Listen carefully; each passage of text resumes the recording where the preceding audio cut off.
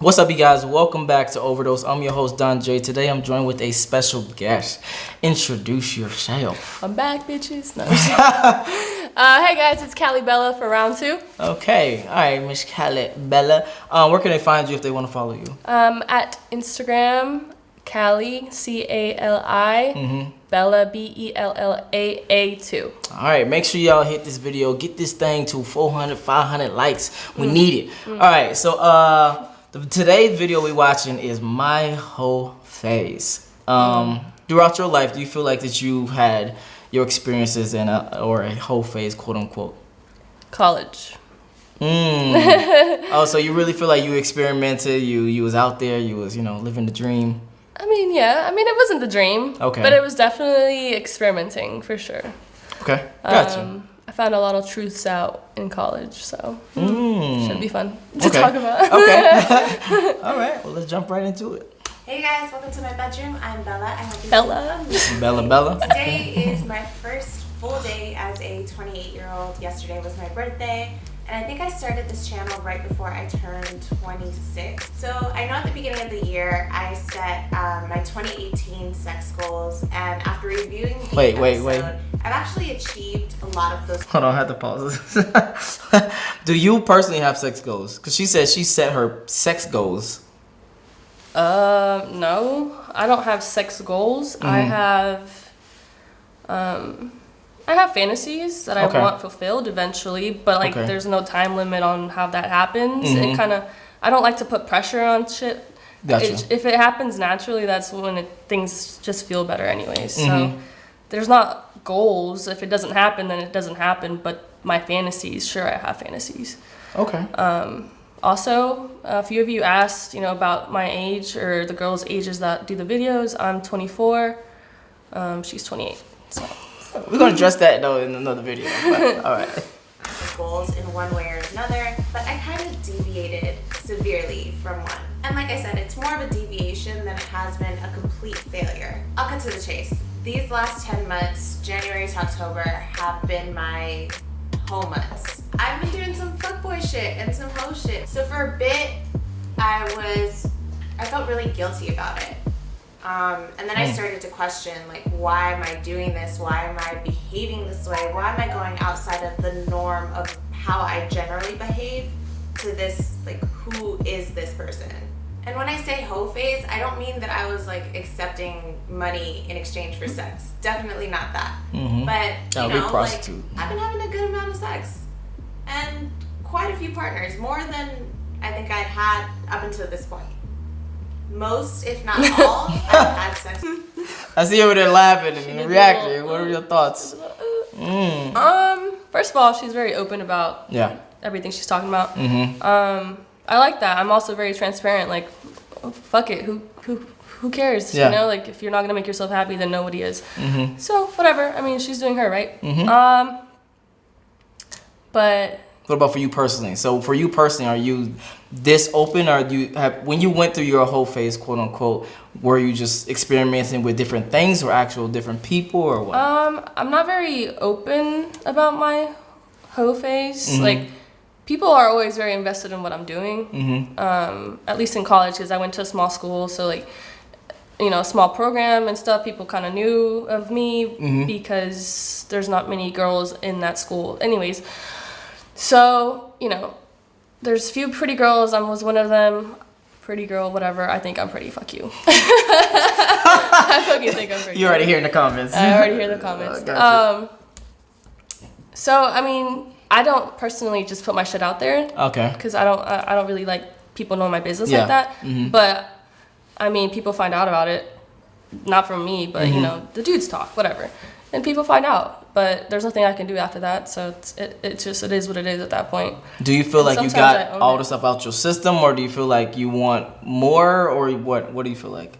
I definitely think I got it out of my system. Okay. As far as how hard I was going, now as an adult, I'm more reserved in that aspect of who I trust and yeah. it's a crazy world out there. You don't know who's got what. You don't know who's got a boo, who's got a STD. is scary. So you gotta really be careful. I don't know. Okay, gotcha. Okay. With previously, or I've known for a really long period of time. The one instance where it felt like it was going to be a one-night stand, and that would have been my first one-night stand, actually turned out to be more of like a continuing tryst. So why am I sharing this? I already know in my comments there's going to be all kinds of like finger pointers and Bible thumpers, but like, you know what, fuck it, this is my reality. And I think at a certain point with this channel, I've kind of deviated from what I initially wanted it to be, which was very raw and real and point blank, to trying to be, you know, educational and very heavily spiritual. And while that is very much who I am, I think I need to go back to that middle ground. This is my middle ground. I personally attribute my whole phase to a couple of different factors. Without dragging this on too long, let's get into those. Just keep in mind that everybody deals with things differently, and everybody has a whole phase or doesn't have a whole phase for their own individual reasons. These are my reasons. This is what happened. So first, I never had one. Most people have a whole phase or some semblance of that when they're in college. I had a boyfriend. Honestly, for like the last 9-10 years, I've been in some state of perpetual relationship. And even situations that weren't fully monogamous, I operate more on the monogamous level. So, you know, even though there were open relationships, I generally stuck to my one partner. So yeah, I never had one. Genuinely. My second reason is a lot Did more. you have one? Huh? You had a whole phase? That's debatable, because I don't believe guys really have a whole phase. So it's not a phase, it's just a lifestyle? Exactly. Okay. Real and maybe a lot more relatable to other people, but I was mad depressed. 27 was a pretty difficult year for me. I was severely depressed. My relationship ending the month after my birthday was, you know, like actually took a lot more of a toll on me than I think I wanted to admit. I wanted to come off as very strong and just move on and keep it pushing. And months later, I realized, fuck, like I'm not happy. So, typical. Okay, so let me ask you, when you was in your phase or whatever, experiencing life, were you happy? No.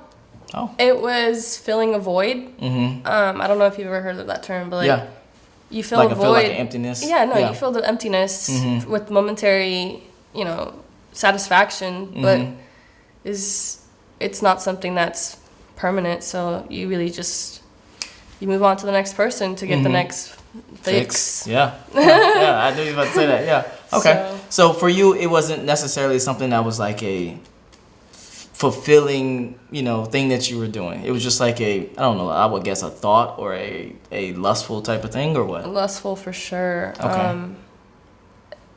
'Cause I don't know. All right. Gotcha. All right. Yeah, I mean, shit. What you want to say?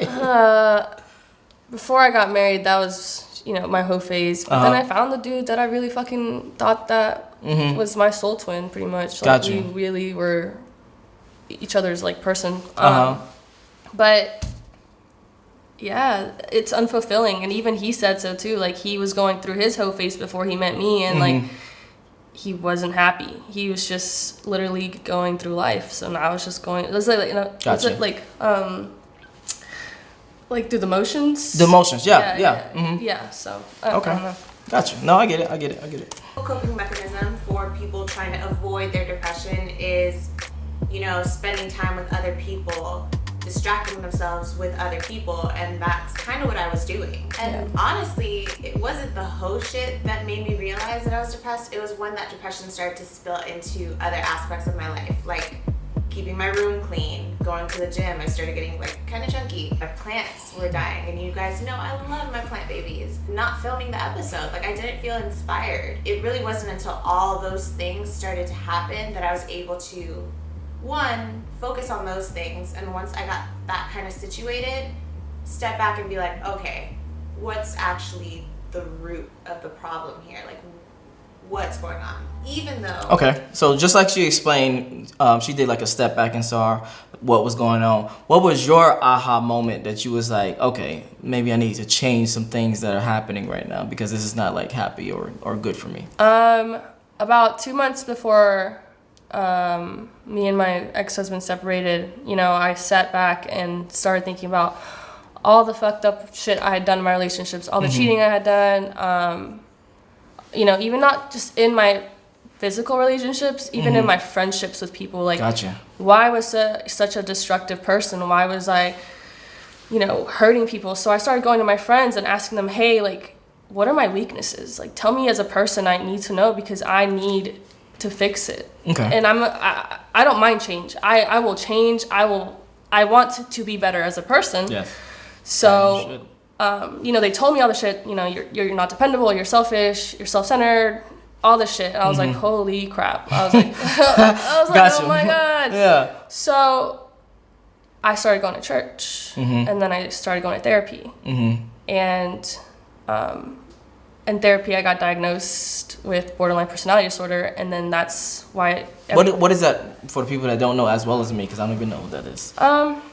It's basically when you can't, you know, you have a fear of abandonment. Okay. That's just my trauma as a child, you know, my dad left, whatever. A fear of abandonment, you know, I think everyone's going to leave me, whether it's friends, whether it's family, whether it's boyfriends. I would rather leave them first as a person than have them leave me. Gotcha. You know, suicidal thoughts. I've had suicidal thoughts. It was tough. Yeah. So after you went to... There's like 9 things, and I hit all 9, basically. Okay, got you. So once you went to therapy and once you went to church and you start making these changes, did things start to change for you immediately, or did it took like a whole bunch of time for you? No. Honestly, like, I became more reserved as a person. I, you know, started being a better friend to my friends immediately. I told my ex about a few things, and that was kind of what ended our relationship. Gotcha.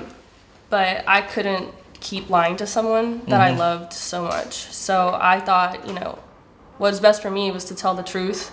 And I kind of, you know, that was something I expected was either he's going to stay or either he's going to leave. Yeah. And he left. And that was a huge deciding factor for everything that's happened in my life right now, because I needed someone to break my heart to know how fucked up I was being towards other people. Wow, this is some deep shit right now. All right, so let's lighten it up just a little bit. How many bodies did you catch? What? What the fuck? Give me an estimate Excuse number. me. Well. Okay, you don't have to. Obviously, you don't have to give me like an exact number. But were you like super hoe, or were you like just a little bit extra? That's it, just a little extra. Or were you like going like hard and like, you know? No, I wasn't going hard. I have a thing where I recycle. Hold on, what's that? You mean like recycle men? Like, yeah. Oh God. So like, I will go back to my exes and or past friends that I hooked up with, and you know, like, I already know what they like. They already know what I like. Yeah. I'm comfortable with them. Yeah. So why would I want to make the extra effort to fuck somebody new that I don't know? I don't know, like, if what you like. I don't care enough to, like, figure it out, you know what I mean? So, like, I recycle people, so that's why my number has stayed so low. Got you. It's kind of crazy. Got you. Okay, all right. Okay, let's get back into it. I really, really liked it. So my third reason, I really like sex. We know this. This is a thing. We have a channel called In Bed with Bella. I talk about sex because I really, really, really like. Same bitch. I have no shame in admitting that. So you can understand my confusion in myself when I was like shaming myself for having a hoe phase. I know that even though I wasn't always acting from a... She was shaming herself because other people were shaming her, so she thought she should shame herself, but instead she should just be happy with what she's doing. No. Let's talk about that real quick. So, do you feel like society, as you just stated, you feel like society puts like a negative connotation on women for fucking a lot of people? Do you think it should, or do you think it shouldn't? No, I don't think it should. I mean, I'm a modern woman.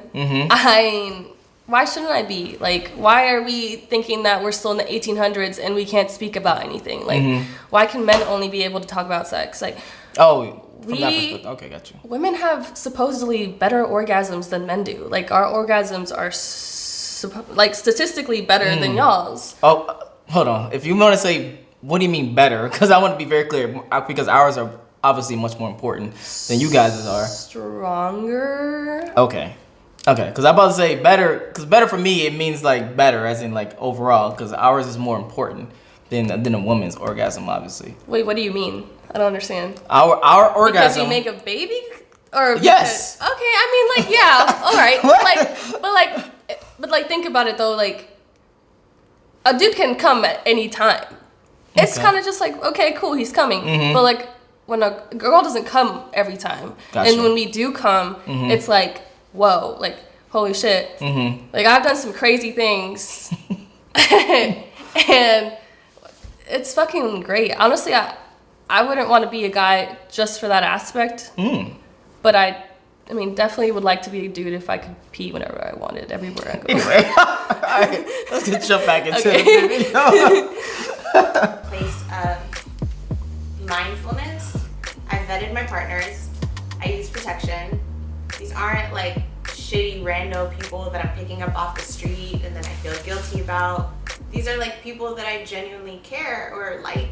I enjoyed every single one of those multiple orgasms, and no one's gonna shame me for that, especially not myself. Men get to have sex with multiple partners and get praised for it. They get to have sex with no emotional ties, and it's no problem. Well, hold on. I do have to push back on that. What? No. No, what? Push back on what?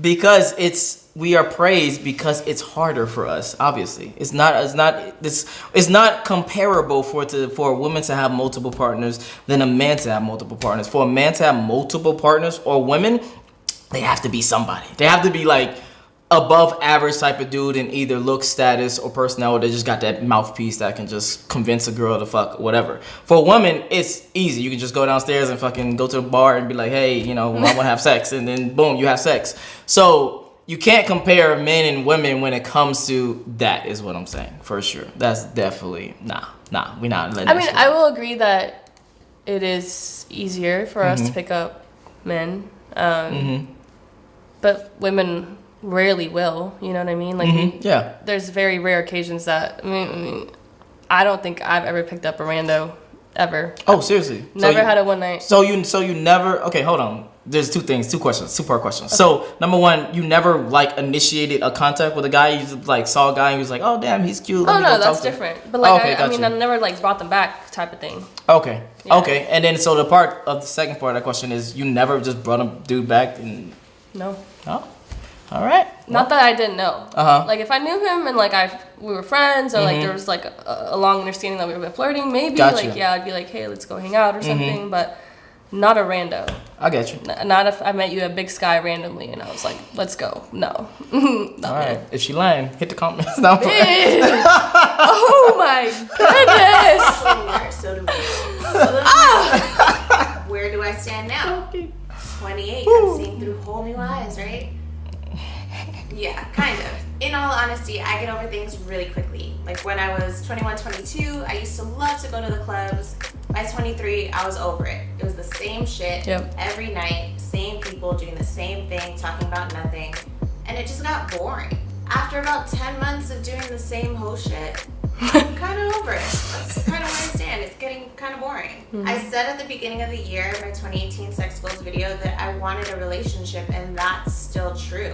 It's actually probably more true now than it was when I first said it, and I actually probably believe it more now than I did when I first said it. Honestly, over the last 2 months or so, my hoe antics have kind of these words gone down. They've diminished quite a bit. I always say on my channel that I want it to be a place where we can all discuss openly how we feel. I would ask, however, that, super religious, super judgy people keep their commentary to themselves. There's a whole other channel that talks about purity and all the shit that you guys are interested in. I know, like, why are they watching this shit if they're not really about it? Like, leave her alone. Go fucking do whatever you want to do, but Why are you sitting there judging people? Like, okay, do you feel like a whole face is necessary for a woman? necessary? Yeah, as in like to develop and know what you want and etc.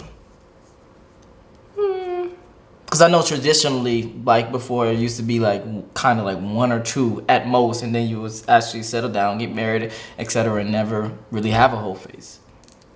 I think it's okay. Necessary makes it sound like it's crucial, like you Gotcha. must have it, but like it's not necessary. But it definitely, if you are a woman that likes to or wants to explore your body, you're gonna have to find the dude that knows how to unlock you.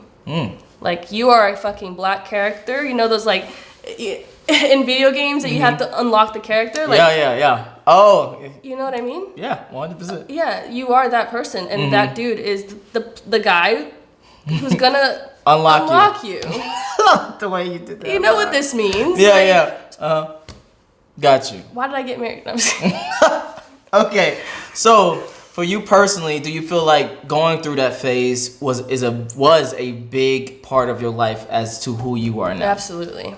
It taught me, that I wasn't valuing myself. And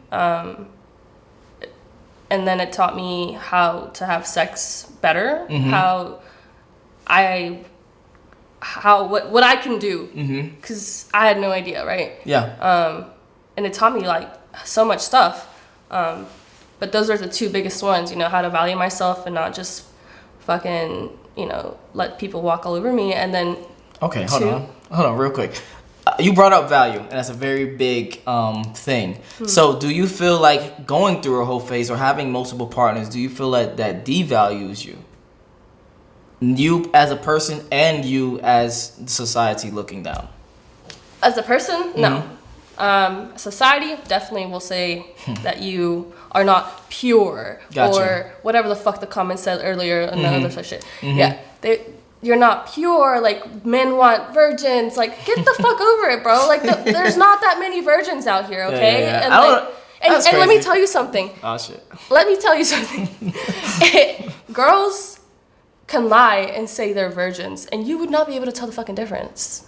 You can't. Statistically, like, it's actually been proven that there's no such thing as a fucking, like, a pussy can be tight, but it's never gonna be, like, you can never tell when you're putting your dick in it that it has been penetrated previously or not. So I don't know about that one. Maybe to the extent or the context that you're using, but what popped up in my head was like fucking she was fucking a whole bunch of different dudes every fucking night and a whole bunch of different sizes every fucking time. I think you would be able to tell the difference, would you not? I don't know. Okay. I can't answer that because I don't have a penis, but I'm just speaking statistically, right? Okay, this is just what I've, my research that I've done, because I do research. Like, you make fun of me about tutorial porn. I watch tutorial porn myself because I want to better myself in the bedroom, okay? Gotcha. I'm not giving tutorial porn out to these guys to make them feel inferior. I want them to better themselves. Gotcha. Like, for you, after, actually, yeah. For me, or for, everything's temporary. So, like, when they move on to the next girl, like, why would you want to be mediocre? Yeah, you know like, I taught him that. Okay, got you. Okay, so for you personally, it was a very important part or a phase in your life. You would agree with that? Yeah. Okay. Would you also say that you would prefer your friends or your family or your siblings or whatever to also go through something like that, just do it safely, or no? Just do it safely, for sure. If I could tell my sister one thing, I'd just be like, at least wait till you're in college. Because in high school, you don't know shit. Yeah. High school shit, that's a waste of time having sex in high school. Like I'm telling you. College, though, I mean, you're more developed. You're a little bit more mentally mature. You have more access to things. You have access to sex toys and other people and group sex and stuff like that. Like, it's just a lot better to wait a little bit longer till you hit that threshold of maturity. Okay. So I would definitely say just think about it more. You know what I mean? All right. And the final question, going through your whole phase, what was something that you noticed that most guys lacked? Oh. Knowledge on how to make me orgasm, or a girl orgasm, or care to make a girl orgasm. Okay. So hold on. So the caring. So you meaning like taking the time to actually try to please you. Yeah. Type of thing. Okay. Up until my ex-husband, no one was there. No one stopped and was like, "Shut the fuck up, lay down. This is for you. Like, I don't have to get off. Like, just this is just you." And and that really was like a oh shit, what the fuck is happening moment. Like, Gotcha. Oh, so you saying that since majority of guys don't do it, you like that person that did do it, it stood out in your mind, was like, wow, this is and like... that's like a lot of women like that meet these kinds of guys that do care. That's why they get so hung up on you. That's why they get so clingy. Clingy. Because there isn't many dudes that, you know, like you just fucking wowed her, you know, you fucking made her like everything was like so like yeah. Okay. I get it. All right. That's some good stuff right there, man. Like so to put a button on it, you would definitely say experience that. Make sure you experience that because that will be probably a big part of your life. For the guys out there to take time to actually want to please women. Absolutely. Got you. All right. And what's your? Because if you please us, I promise you, we will put out. We will put out. I'm already like a passionate lover, but like if a guy's gonna put out for me, you best believe I'm gonna put out for you. So. Okay, you gotta give to take. Okay, got you. And where can they find you? Instagram, Calibella 2. All right, you heard it here first. If you want to follow her, the links will be in the description below. Make sure you like, make sure you subscribe. Join the Patreon army. And I'm out. Peace. Bye, guys.